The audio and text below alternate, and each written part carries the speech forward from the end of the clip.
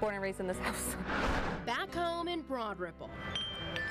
From the West Coast to the Midwest, moving back here wasn't part of the plan for Megan Reiner. It's just time to go.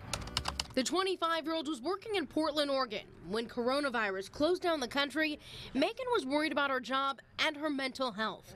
Over the summer, the pandemic pushed her to make the decision to drive 2,000 miles and move back home. I was so scared of coming home and like having to explain myself and be like, oh yeah, I still live in my mom's house. Millions of young adults all across the country are doing the same thing. The majority of 18 to 29-year-olds now are living with their parents. It's been decades since we've seen this type of situation. In the 1930s, during the Great Depression, 48% of young adults lived at home. Now in 2020, we've surpassed that historical statistic. According to the Pew Research Center, 2.6 million young adults made the move back home between February and September of this year.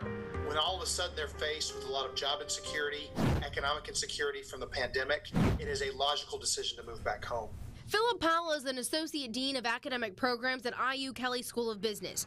He knows the impact this transition is having is more than just adding an extra person to a household.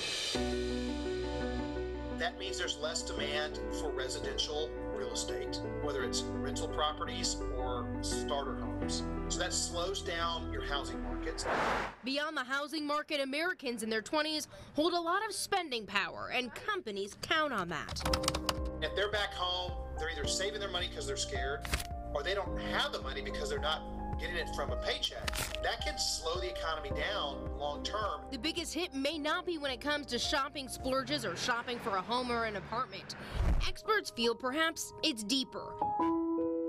Young adults dealing with the adjustment on a psychological level. But I think for that particular population, it's really hard because most of them are on the brink of independence or have been independent as young adults. Katie Som is a licensed clinical social worker with Indiana Health Group.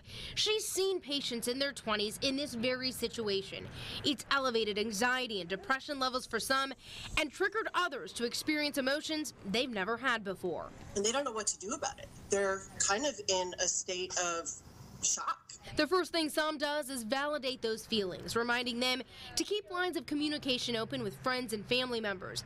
And while it may seem simple, focusing on the positives can make a difference. No shame, absolutely not. Focus on what you can do, what you can control, and where you're moving ahead to.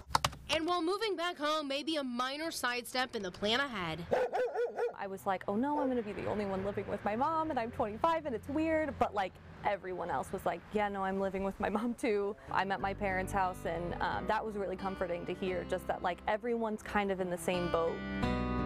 Megan landed a full-time temporary job to get her by as she works on figuring out what's next, focused on staying healthy and being grateful to have a place to call home.